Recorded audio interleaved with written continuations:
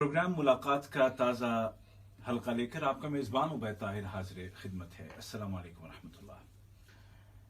Programme के आज के हल्के में मेरे साथ जो शख्सियत तशरीफ़ फरमा है उसका ताल्लुक शोबिस से है, फिल्म इंडस्ट्री से है। लेकिन ये तारुफ उनका नामुकम्मल है क्योंकि वो फिल्म मेकर होने से पहले एक बहुत अच्छे इंसान हैं। एक ऐसा इंसान है कि जो हर दूसरे इंसान को अपने ही जैसा समझता है और ये समझता है कि उसको भी जीने का उतना ही हक है जितना कि मुझे है। और शायद यही वजह है कि आपकी सोच की वजह से कई बार आपको मुख्तलिफ तरह के इल्ज़ामात का सामना भी करना पड़ता है, लेकिन इस मर्द आहन की हिम्मत में कोई कमी नहीं आई और ये पूरे सबात के साथ, पूरी मजबूती के साथ अपने मौक़िफ़ पर हमेशा कायम रहते हैं। मैं बात कर रहा हूँ मशहूर फिल्म डायरेक्टर मोहतरम अनुभव सिन्हा साहब की। आपने कई फिल्मों के ज़रिए से शोहरत कमाई है और ख़ास बात यह है कि इनकी फिल्मों में, बाज़ फिल्मों में ख़ास तौर पर एक पैगाम देने की कोशिश होती है जो कि हमारे समाज को बेहतर बनाने में मददगार साबित होता है। आपकी मशहूर फिल्मों में तुम बिन, गुलाब गैंग और हाल ही में रिलीज़ होने वाली फिल्म मुल्क है। मोहतरम अनुभव सिन्हा साहब, उर्दू रेडियो में आपका तहे दिल से इस्तकबाल है। बहुत बहुत शुक्रिया मुझे अपने पास यहाँ बुलाने के लिए, बातचीत करने के लिए। जी सिन्हा साहब, मैं इब्तिदा यहाँ से करना चाहूँगा कि आपकी जो विलादत है, पैदाइश है, वो इलाहाबाद की है जो कि गंगा जमुना सरस्वती का संगम है और इस संगम की हिंदू मजहब में बहुत अहमियत है। तो उस मकाम पर आपकी पैदाइश हुई, उसके बाद आपकी जो इब्तिदाई तालीम, बल्कि कहिए कि कॉलेज लेवल तक की बनारस में हुई, जो हिंदू मजहब के एतबार से एक और अहमियत रखता है। और बनारस में वैसे बसिलसिले तालीम 2 साल मैंने भी गुजारे हैं और मैं जानता हूँ कि वहाँ पे कितनी अहमियत है उस जगह की। उसके बाद आप अलीगढ़ में आप तशरीफ़ लाए और अलीगढ़ मुस्लिम यूनिवर्सिटी से आपने अपनी जो फर्दर जो आपकी तालीम थी वो की। तो ये जो 3 जगह हैं ये मतलब अलामती भी हैं, सिंबॉलिक भी हैं, है ना, संगम और फिर बनारस और अलीगढ़। तो ये तीनों का इत्तेहाद कैसे हुआ? लिखा था शायद मेरे उसमें कि मैं मुझे ये शर्फ हासिल होगा जी कि मैं इतने मुख्तलिफ, इतने अलग अलग किस्म के समाजों और कल्चर्स से मेरा तारुफ होगा, उनसे मैं मिल सकूंगा, उनसे मैं बात कर सकूंगा।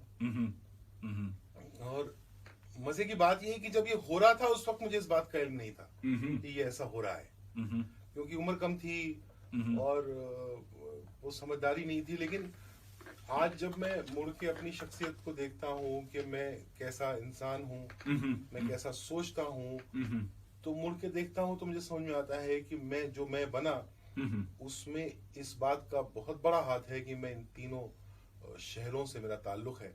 क्या बात? क्योंकि यही शायद वो वजह थी कि मैं पाले के दोनों साइड की टीमों को अच्छी तरह से जान सका और उनको दोनों को समझ सका।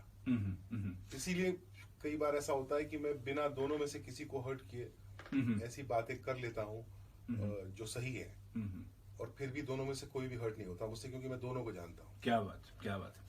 सिन्हा साहब, हम एक अरब मुल्क में हैं। अरबी ज़बान का एक शेर है जी, और आपको शायरी से बड़ा अच्छा शगफ है। वो अरबी ज़बान का शेर ये है कि इन कुन्त ला तदरी फतिल्का मुसीबतुन व इन कुन्त तदरी फल मुसीबतु आज़म। इसका मतलब ये है कि अगर आपको किसी वाक़े का इल्म नहीं है तो ये अपने आप में एक परेशानी की बात है, लेकिन अगर आपको उसका इल्म है तो ये उससे बड़ी परेशानी की बात। बहुत बढ़िया शेर है ये। तो क्या आपके साथ भी ऐसा ही है? हाँ, बिल्कुल ऐसा है कि मतलब जब नहीं जानता था उन चीजों को तो बड़ा परेशान था कि यार ये क्यों लड़ते रहते हैं हम लोग आपस में। अब जान गया हूँ कि हम क्यों लड़ते रहते हैं, तो अब ये ज्यादा बड़ी परेशानी है कि भाई ये लड़ाई कैसे खत्म हो। सही। तो मुझे पता नहीं है कि बिना जाने मैं बेहतर था कि जान के ज्यादा बेहतर हो गया हूँ। अच्छा, मजहब अलग अलग, जी हाँ, लेकिन तहजीब एक। जी, एक स्टेटमेंट है, आप इससे मुत्तफिक है? जी हाँ।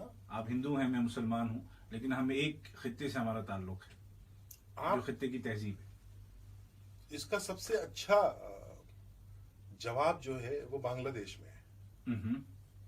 वो कैसे? कि बांग्लादेश और पाकिस्तान एक थे, एक मुल्क था, एक मजहब था, लेकिन एकदम अलग तहजीब थी। वाह। तो तहजीब का मजहब से कोई रिश्ता ही नहीं है। वाह, आप बहुत अच्छे। इस्लाम को देखें जो कि इतने ज्यादा मुल्कों में है, वो हर जगह तहजीब अलग है। हाँ, उनके रहने का, उठने बैठने का, खाने का।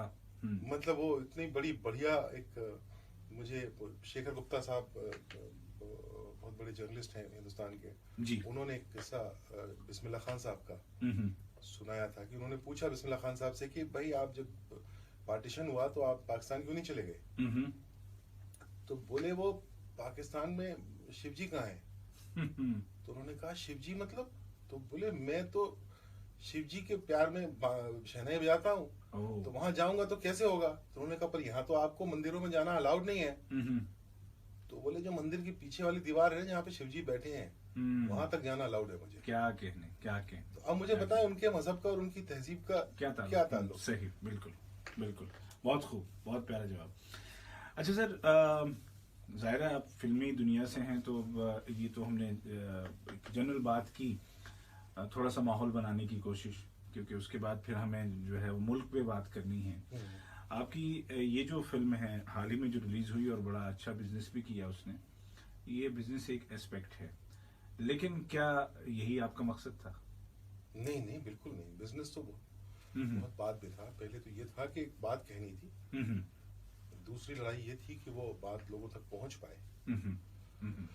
और फिर जाहिर है कोई भी फिल्म बिजनेस तो होती है, तो कम से कम अपना जितना पैसा उसमें लगा था वो निकल जाए, चार पैसे कमा भी लें, क्योंकि इतने लोगों की मेहनत होती है। सही। पैसे की अपनी एक कीमत होती है। बेशक। तो वो सब माशाल्लाह कवर हो गया, सब कवर हो गया। चार पैसे कमा भी लिए गए। और आज मुझे कभी इल्म भी नहीं था इस बात का कि मैं कभी कतर नाम के एक मुल्क में आऊंगा, मेरा कोई ताल्लुक नहीं। सही। और मैं आज यहाँ बैठा हुआ एक उनके नेशनल रेडियो स्टेशन पर आपसे गुफ्तगू कर रहा हूँ, तो इसका मतलब फिल्म बहुत दूर तक पहुंची जहाँ तक मैं चाहता था पहुंचे। क्या बात है। तो आप ये बात मानते हैं कि मुल्की और बैनुल अक़वामी, नेशनल इंटरनेशनल जो इश्यूज हैं उनको हल करने में फिल्में कोई किरदार अदा कर सकती हैं? बिल्कुल नहीं। फिल्मों के कंधों पर बड़ा जोर डाला जाता है कि वो कोई भी मसला हल करने में वो उनका सिर्फ इतना और इतना योगदान हो सकता है कि वो बात को मेज के ऊपर लाके रख दे। बहुत सारी बातें हमारे इतिहास में, हमारी तारीख में कालीन के नीचे छुपी रहती है।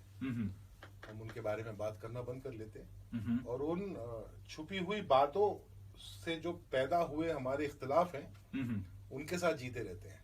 वाह। हम उन इख्तिलाफात की जड़ कहाँ है वो हम भूल जाते हैं। हमको सिर्फ ये आता है कि वो सड़क पे नमाज क्यों पढ़ते हैं। तो अगर उन बातों को मेज पे लाके रख दिया जाए और इतने इंस्पायरिंग तरीके से रख दिया जाए कि हम लोग उस बारे में बात करने लगे, वहां से हल निकलेगा। फिल्म हल नहीं निकालेगी। वाह वाह। यानी आप सिर्फ सवाल खड़े करते हैं। हाँ, मेज पे रख देने की कोशिश है। अब वो मैं 100 सवाल रखने की कोशिश कर रहा हूँ, कभी कभी 25 रुकेंगे मेज पर, कभी कभी 105 रुक सकते हैं। सही। तो इस मुल्क फिल्म के जरिए से आप क्या कहना चाह रहे हैं? इंसान, एक शब्द का जवाब है कि इंसान होता है। और अगर हमारी खास तौर पे हिंदुस्तान और पाकिस्तान में जी, हमारे जहनों में हमारी सियासत ने इतना ज्यादा जहर बोया है कि अब हमने ये पूछना भी बंद कर दिया है कि हमें नफरत क्यों है। वाह। तो कम से कम उस तह तक जाइए कि हमें नफरत क्यों है, और फिर पता करिए कि क्या वो नफरत जायज है। कि जिस दिन आपने ये, क्योंकि अब आपके साथ आपको इतना मसरूफ कर दिया गया है आपके दिमाग को। एक तो क्या होता है, सरकार का काम होता है कि जिंदगी इतनी मसरूफ कर दी जाए कि आप ज्यादा सवाल ना पूछें, आपके पास वक्त ही ना बचे। और फिर जो आपसे बताया जाए वो आप माने और आप सुने और उस पर अमल करें। और एक अच्छे सिटीजन का, एक अच्छे नागरिक का ये फर्ज है कि वो सवाल पूछता रहे। वो सवाल पूछने से हमको हैंडीकैप किया गया है। तो फिल्म का मकसद सिर्फ ये था कि हम जाएं उनकी जड़ों तक, अपनी नफरतों की जड़ों तक, और पता करें कि क्या कारण है। और क्योंकि रहना तो हमने साथ में ही है, ना तो पाकिस्तान उठ के कहीं जा रहा है, ना हिंदुस्तान उठ के कहीं जा रहा है, ना पाकिस्तान का हिंदू कहीं जा रहा है, ना हिंदुस्तान का मुसलमान कहीं जा रहा है। तो अगर रहना साथ में है तो फिर बातचीत कर लेते हैं। वाह, बहुत अच्छे, बहुत अच्छे। अच्छा, आपकी ये जो सोच, जो इतनी प्यारी सोच है, जिस पर आफरीन कहूंगा मैं, इसके डेवलप होने में अलीगढ़ का कोई किरदार है? आपकी तालीम वहां से है? जरूर है, बहुत। मतलब अगर अलीगढ़ नहीं गया होता तो मैं ऐसा सोच ही नहीं सकता था। क्योंकि मैं कभी पाले के दूसरी तरफ जाके जो दूसरी टीम है उसके साथ कभी बैठता ही नहीं, उससे कभी बात ही नहीं करता, उससे मैं पूछता ही नहीं कि अल्लाह ताला में ताला क्यों लगा हुआ है, या जिहाद का क्या मतलब है कुरान शरीफ में, या काफिर का क्या मतलब है इस्लाम में, तो क्या काफिर एक गाली है। तो वो अक्सर हमने जिस तरीके से सुना है इन बातों को, तो ऐसा लगता है कि नहीं काफिर बुरी बात है, जबकि इस्लाम में बुरी बात नहीं है, वो सिर्फ नॉन बिलीवर है कि वो जी, दूसरा है। हाँ, डिफरेंशिएट किया गया है, बस डिफरेंशिएट दो कौमों को, बिलीवर है, नॉन बिलीवर। सही। तो अब ये सारी बातें मुझे कौन बताता अगर मैं पूछता ही नहीं तो। और अगर मैं अलीगढ़ नहीं जाता तो मुझे वो लोग ही नहीं मिलते जिनसे मैं पूछूं। आज मुझे ये हिम्मत होती है कि मैं आपसे भी पूछ सकता हूँ जिससे मैं दूसरी बार मिल रहा हूँ। सही। उस वक्त फिर ये हिम्मत नहीं होती। तो अलीगढ़ नहीं जाता तो मैं कोई और इंसान होता, हो सकता है अच्छा ही इंसान होता फिर भी, लेकिन ये इंसान नहीं होता। क्या बात, क्या बात। अच्छा सर, मुल्क में आपने एक बड़ा मुद्दा उठाया, एक बड़ा मौजू आपने उसको टेबल पे लेके आए। आपकी एक फिल्म आई थी गुलाब गैंग। जी हाँ, वो मैंने प्रोड्यूस की थी, डायरेक्ट नहीं की थी। अच्छा, तो लेकिन जाहिर है कि प्रोड्यूस आपने की तो कहानी सुन के ही की होगी ना? जी हाँ, जी हाँ, जी हाँ। तो अगर आप उसमें बिलीव करता हूँ, एग्री करता हूँ। खवातीन के मसाइल आपने सामने हाँ, लाने की कोशिश की। तो हमारे मुल्कों में एक तो मसाइल की खैर भरमार है, बहुत सारे मसाइल। जी हाँ। उसमें से कुछ एक आदि होता है जो आप सामने ला सकते हैं। तो क्या मैं ये कह सकता हूँ कि आपकी पहली प्रायोरिटी खवातीन थी और उसके बाद मुल्क? नहीं, मुल्क मेरी हमेशा से पहली प्रायोरिटी रही है। वाह। पर वो क्या होता है ना, एक कोई भी बात कहने के लिए सिनेमा में या साहित्य में एक नाव बनानी होती है। उस नाव पे वो बात रखी जाती है। सही। तो वो नाव जो कहानी होती है वो शायद नहीं थी मेरे पास। बातें तो थी, तो वो नाव जब बनी तब बनी। वाह वाह। उसका इस बात से कोई ताल्लुक नहीं है कि मेरी प्रायोरिटी में क्या था। हालांकि ख्वातीन की जो मसाइल हैं उस पर और भी काम करूंगा, और उनके साथ एटलीस्ट हिंदुस्तान और पाकिस्तान में अच्छा सलूक नहीं होता है। उनको हमने उनको एक पेडिस्टल पे बिठा दिया है, और उनको हम ये एहसास कराते रहते हैं कि देखिए आप ही हैं, मतलब सही देवी हैं आप, लेकिन आपका बेसिक राइट नहीं मिलेगा आपको। सही सही, बिल्कुल। बहुत खूब, बहुत खूब। तो मतलब ये है कि पैगाम देना ये एक अहम चीज है, लेकिन ये है कि उसके लिए मुनासिब तरीका इख्तियार करना ये उससे भी ज्यादा अहम है, और इसी का आपको इंतजार था। ठीक है। आजकल जो पैमाना जो हो गया है हमारे शोबिज की दुनिया में, वो कई सौ करोड़ का लफ्ज आता है एक, और वो करोड़ जिसके साथ लग गया तो कहते हैं जी कामयाब, चाहे वो मतलब खाली जो है चाट मसाला हो। तो आप इससे कुछ मुख्तलिफ लगते हैं? जी, फिल्में दो तरह की होती हैं मेरे हिसाब से। जी। एक वो जो सिर्फ बॉक्स ऑफिस के लिए बनाई जाती है, और एक वो जो खास किस्म की कहानियां कहने के लिए बनाई जाती हैं। बॉक्स ऑफिस पे वो भी जाती हैं, लेकिन वो सिर्फ बॉक्स ऑफिस के लिए नहीं बनती हैं। और मैं दोनों में से किसी भी फिल्म से डिसएग्री नहीं करता हूँ। ठीक है। तो कुछ फिल्में हैं जो सिर्फ एंटरटेनमेंट के लिए बनती हैं। सही।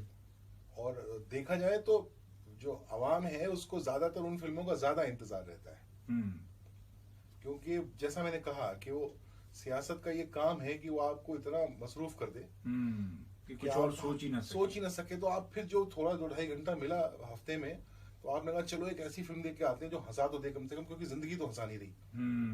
वाह। तो सिनेमा ही हंसा दे। अब वो उस वक्त भी मैं जाके आपसे मुल्क के बारे में बात करूंगा और हिंदू और मुसलमान के इख्तिलाफ के बारे में बात करूंगा, तो बोले अरे ठीक है यार, वो हो गया ना, दिन भर अखबार में आता है, टीवी पे आता है, मैं जा रही हूँ एक पिक्चर देखने, इसमें कॉमेडी हो रही है। तो उन फिल्मों का हमेशा अट्रैक्शन ज्यादा होता है, क्योंकि सिनेमा हॉल आपको बुलाऊं, आप घर से आए, फिर वहां आपसे मैं बहुत बोझिल बात कर रहा हूँ, तो कौन जाना चाहेगा। लेकिन वो that's a choice that you make. सही, एज अ फिल्म मेकर। सही बात है, सही बात है। अच्छा, आपके इस खासकर मुल्क में मैं ज्यादा बार बार इसलिए आ रहा हूँ क्योंकि वो आपकी जो लेटेस्ट जो फिल्म है, कामयाब फिल्म वही है, और एक बड़ी बामकसद फिल्म है। उसमें बहुत सारे जो सवालात हैं उनमें से कुछ जो मेरी समझ में जो बातें आई हैं वो ये है कि नेशनलिज्म क्या है, टेररिज्म क्या है, सेकुलरिज्म क्या है। तो आप जरा मुझे एक एक करके बताएंगे कि आप क्या समझते हैं, नेशनलिज्म क्या होता है आपकी नजर में?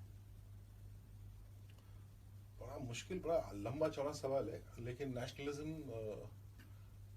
पूरे नेशन मेरे हिसाब से लोगों से होता है। नेशन जमीन से नहीं होता है। वाह। तो अगर आप नेशनलिस्ट हैं तो आपके नेशन के जो लोग हैं वो सब आपके अपने हैं, वो सब आपका परिवार हैं। जो हिंदू धर्म में कहा भी गया है वसुधैव कुटुंबकम, पूरी जमीन आपका परिवार है। तो वो उन सब का अच्छा किस तरीके से हो, उसमें आपका क्या योगदान हो सकता है, वो नेशनलिज्म है। उसके बाद उस नेशनलिज्म का सेलिब्रेशन होता है नेशनल एंथम या के फिर नेशनल फ्लैग। पर वो सेलिब्रेशन है, सही, वो अचीवमेंट नहीं है। अचीवमेंट ये है कि एक अच्छा देश बने। तो अभी आजकल थोड़ा सा हम उल्टे चल रहे हैं, हम सेलिब्रेशन पहले कर रहे हैं और देश बनाएंगे बाद में। क्या बात है। तो मैं उसमें मेरा प्रोसेस थोड़ा, मुझे अलग प्रोसेस समझ में आता है कि पहले देश बनाते हैं। इसका मतलब ये नहीं कि सेलिब्रेट नहीं करेंगे, बिल्कुल करेंगे, सही, लेकिन सिर्फ सेलिब्रेशन कर लिया का मतलब ये नहीं होता कि देश बन गया। वाह वाह। तो यानी कि आपका मजहब कोई भी हो, आप नेशनल आप हो सकते हैं, उसको इस पे नहीं तोला जाना चाहिए। इस बात से तो कोई रिश्ता ही, मतलब मजहब का नेशनैलिटी से क्या रिश्ता है? आजकल रिश्ता बनाया जा रहा है ना। नहीं, आप मुझसे बात कर रहे हैं ना। मजहब का नेशनैलिटी से आप किसी दुनिया में, अभी कतर में बैठा हूँ तो यहाँ पे भी मैं देख रहा हूँ दुनिया भर के लोग हैं। सही, जितने यहाँ के रहने वाले लोग हैं उससे कहीं ज्यादा, उससे 6 गुने ज्यादा लोग बाहर के हैं। सही, सही। 3, 3.5, 4 लाख लोग कतर के हैं। जी जी। और कुछ 35 लाख आबादी, 27 लाख आबादी है। तो आप देख लीजिए, ये सब जैसा कहा ना, उलझाने वाली बात है, मसरूफ रखने के सिलसिले हैं। अच्छा, नेशनलिज्म के साथ जो एक और जो लफ्ज आता है एंटी नेशनल, और एंटी नेशनल उसको कहा जाता है